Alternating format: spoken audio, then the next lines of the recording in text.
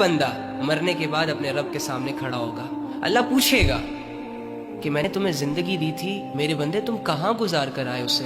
میں نے تمہیں جوانی دی تھی، کیا کرتے رہے جوانی میں نے تمہاری طرف سمجھانے والوں کو بھیجا تھا کہ وہ تمہیں سمجھائیں، وہ تمہیں بتائیں کہ دنیا دھوکہ ہے، زندگی ختم ہونے والی چیز ہے. تم اس دنیا میں کھیل کود کے لیے نہیں پیدا کیے گئے ہو.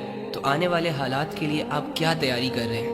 وہ دن جس کے بارے میں اللہ رب العزت فرماتے ہیں کہ اس کی جو لینتھ ہوگی وہ ایسی نہیں ہوگی کہ صبح آنکھ کھولی تو کچھ ہی گھنٹوں کے بعد رات ہو گئی اور آپ سو لیے، پھر صبح اٹھے پھر رات ہوگی. نو وے. اللہ فرماتا ہے قیامت کا ایک دن 50,000 سال کے برابر ہوگا. Can you imagine? آپ 5 منٹ کے لیے امیجن کریں کہ سب کچھ ختم ہو چکا ہے، زمین ایک فلیٹ میدان بن چکی ہے، اور میں اور آپ اور ہم جیسے لاکھوں کروڑوں اربوں خربوں انسان اللہ کے سامنے کھڑے ہیں، اور اللہ رب العزت ایک ایک کو اپنے پاس بلا رہا ہے اور اس سے یہ پوچھ رہا ہے کیا کرتے رہے، کہاں گزاری زندگی. اور میں اور تم کھڑے ہو کر اپنی باری کا انتظار کر رہے ہوں. ڈر اور خوف نے ہمیں گھیرا ہو جب ہماری آنکھوں کے سامنے وہ منظر آئیں گے کہ اللہ رب العزت بہت سارے لوگوں کے حق میں ان کے اعمال کی وجہ سے جہنم کے فیصلے کر رہا ہے، اور فرشتے ان لوگوں کو گھسیٹ گھسیٹ کر جہنم میں پھینک رہے ہو، اور میں اور تم چپ چاپ کر کے یہ دیکھ رہے ہو، ابھی ہمارا نمبر نہ آیا ہو. تو کیا میرے اور تمہارے اعمال اس لائق ہیں کہ جب اللہ رب العزت مجھے اپنے سامنے کھڑا کرے گا اور مجھ سے یہ پوچھے گا کہ میرے بندے تم کیا کرتے رہے، تو کیا میں اپنے اعمال اللہ کے سامنے رکھ سکتا ہوں؟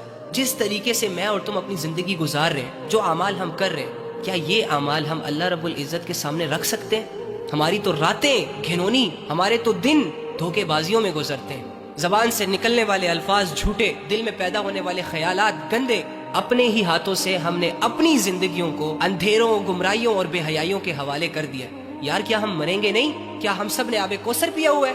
تو اگر ہمارا اس بات پر ایمان اور یقین ہے نا کہ ہم نے مرنا ہے، اور دوسری جانب پھر یہ یقین ہے کہ مرنے کے بعد دوبارہ زندہ ہونا ہے، اور تیسری جانب اگر یہ یقین ہے کہ اللہ رب العزت نے اپنے سامنے کھڑا کر کے پوچھنا ہے، تو پھر مجھے چاہیے کہ میں اپنی زندگی سوچ سمجھ کر جیوں، اپنے فیصلے اللہ کو سامنے رکھ کر کروں، اپنے اعمال پر گہری نظر رکھوں، رک جاؤں ان تمام اعمال سے جن اعمال کو کرتے ہوئے ہمارا ضمیر ہمیں 10 آوازیں دیتا ہے کہ بھائی تو غلط کر رہا ہے، بھائی تو اللہ کی نافرمانی کر رہا ہے، ظلم کر رہا ہے، بے حیائی کر رہا ہے، گناہ کر رہا ہے.